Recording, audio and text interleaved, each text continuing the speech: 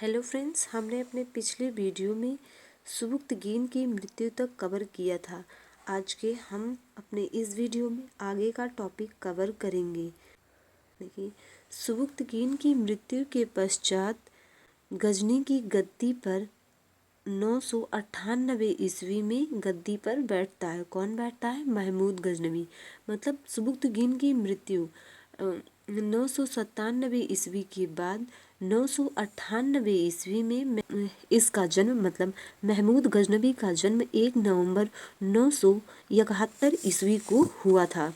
देखिए, सिस्तान के राजा खलफ बिन अहमद को पराजित कर सुल्तान की उपाधि धारण की। मतलब मध्य एशिया में एक देश था सिस्तान, जहाँ के राजा या सुल्तान को पराजित करके महमूद गजनवी ने सुल्तान की उपाधि धारण की थी।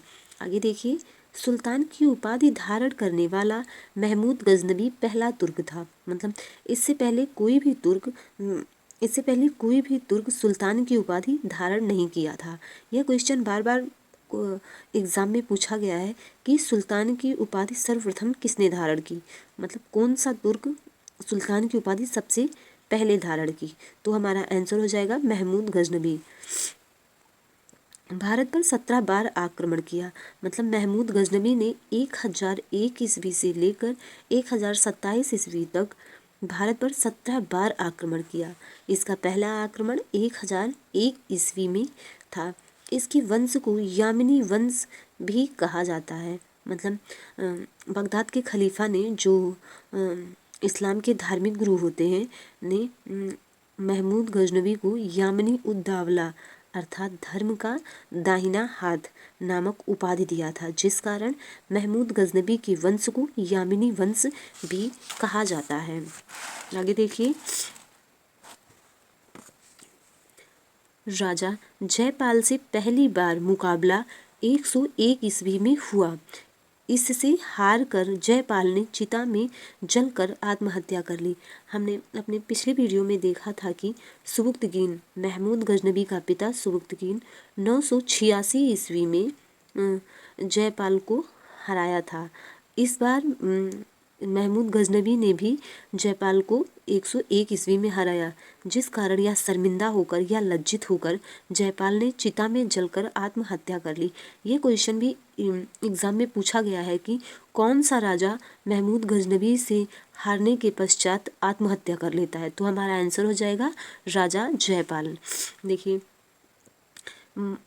जब कहीं राजा लोग जाते थे युद्ध करने या कहीं भी इधर उधर आते जाते थे राजा के यहाँ या जंगलों में, तो उसका वृतांत्र अर्थात वर्णन लिखवाने के लिए या किसी देश गए तो वहाँ का कल्चर, संस्कृति को लिखवाने के लिए, जानने के लिए अपने साथ इतिहासकार लेकर जाते थे।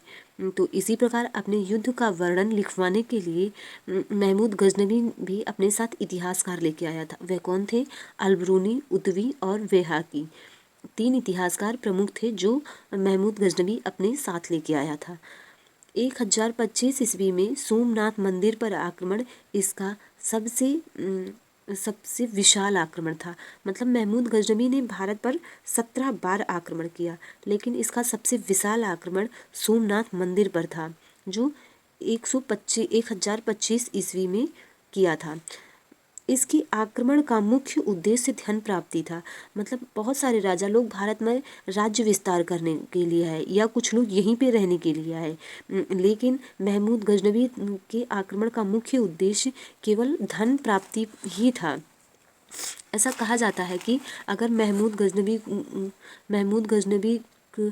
धन के लिए अपने धर्म गुरु खलीफा को भी लूट सकता था, ऐसा कहा जाता है। 1027 ईस्वी में अंतिम आक्रमण सिंध के जाटों के प्रति